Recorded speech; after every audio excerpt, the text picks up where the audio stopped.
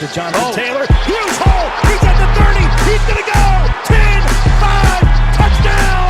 Jonathan Taylor made a man miss the line of scrimmage and then runs it into Pater for a one-handed INT. Are you kidding me? Kenny Moore. What a play by Nyheim Hines.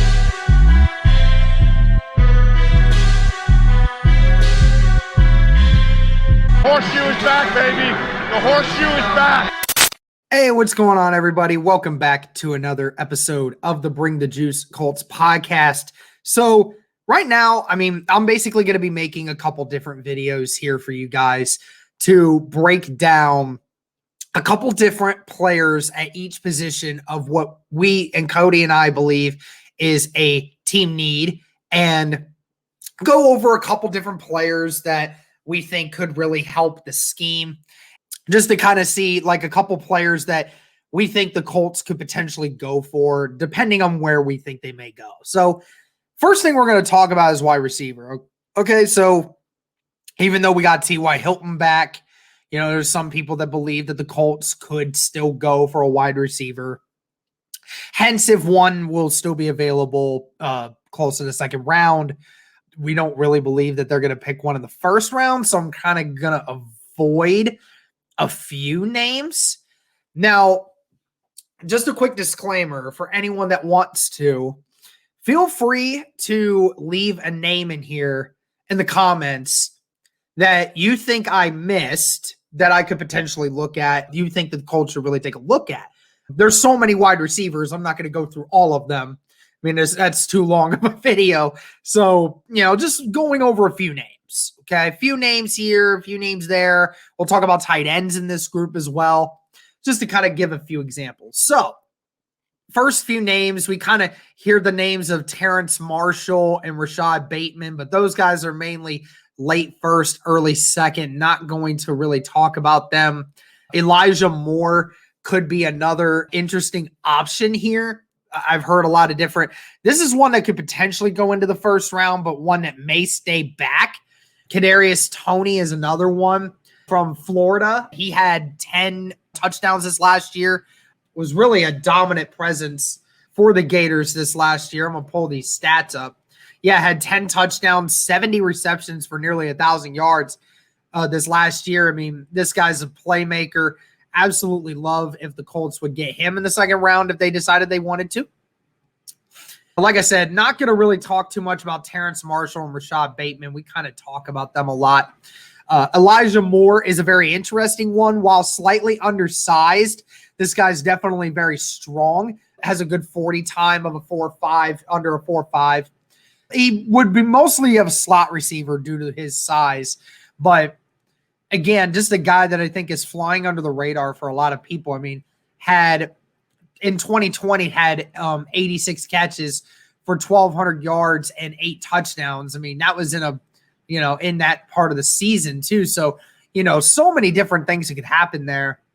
Rondale Moore is another one that we kind of talk about, right? Rondale Moore, most of you know who that is because a lot of you are either IU or Purdue fans, and a lot of you know who Rondale Moore is. This guy's a big playmaker. Again, small in stature, but somebody who runs a 4.4 and, makes plays after the catch. That's where he gets his bread and butter. He had 12 touchdowns in 2018. That was when he blew up, right? Had 114 catches. This guy was insane in 2018.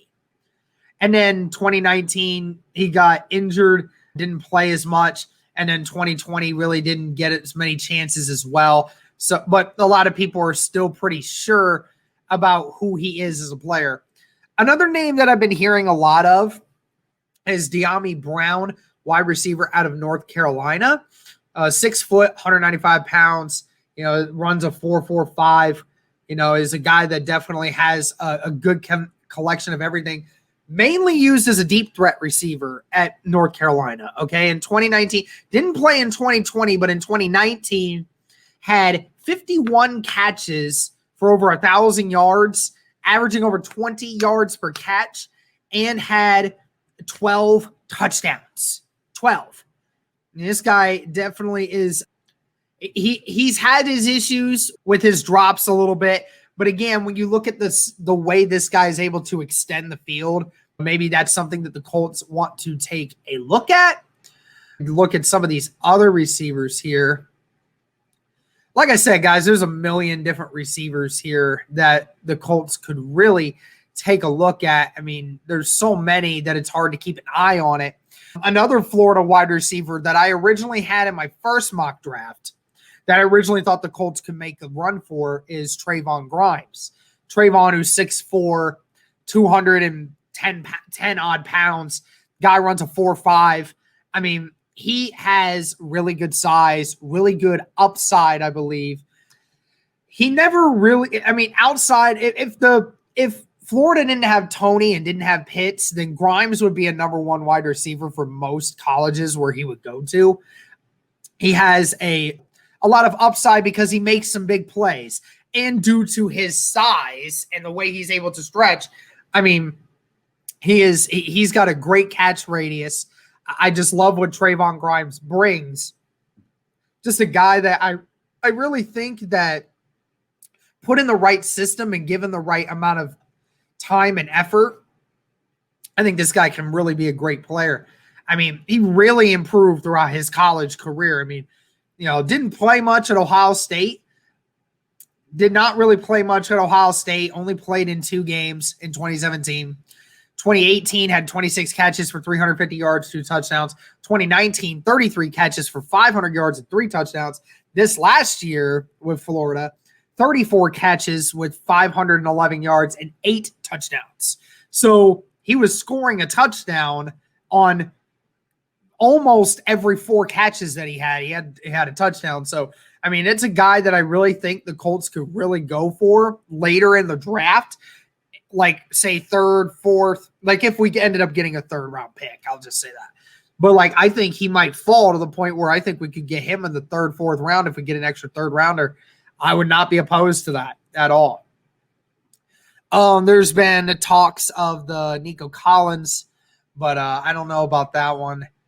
Emir Smith-Marsetте, the wide receiver from Iowa. I think a lot of people, I think he was the one that really did a solid job at his pro day.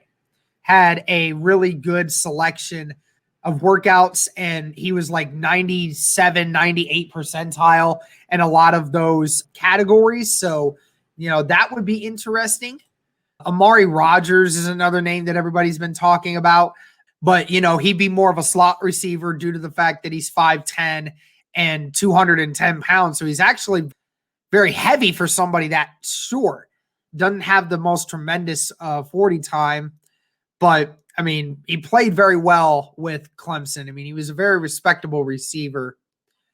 And then a lot of people have been talking about the guy, Josh Imatorbhebhe. I mean, that guy is an athletic freak. I mean, we've been talking about it so much that he just has a vertical out the door, has good speed. He can really stretch the field. And it's somebody that you could probably get later in the draft and not have to worry about him and what he would be able to bring. So that would be a great thing for us. Let me just go ahead and go to the tight ends now. Go to the best tight ends.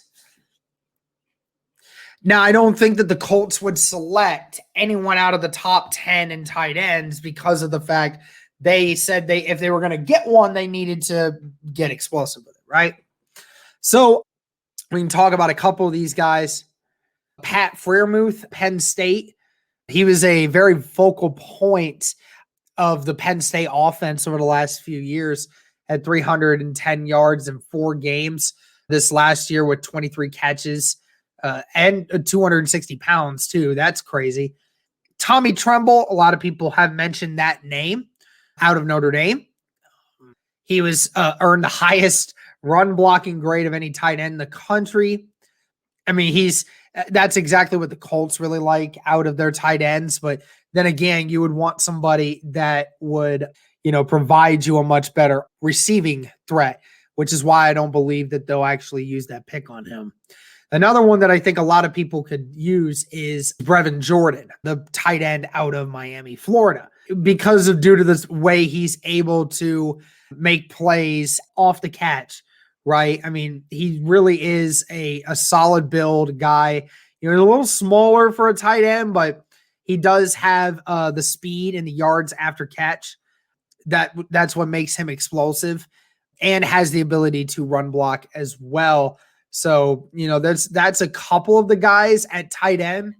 I mean, tight end, we could say it's a position of need, maybe not immediate need, but it's something that we think in the future it could be. So Brevin Jordan or guys like that could potentially make their way into it. It really does stink that we couldn't go for a guy like Kyle Pitts. Kyle Pitts would be amazing in any system, let alone being able to be with the Colts right now. That would be insane.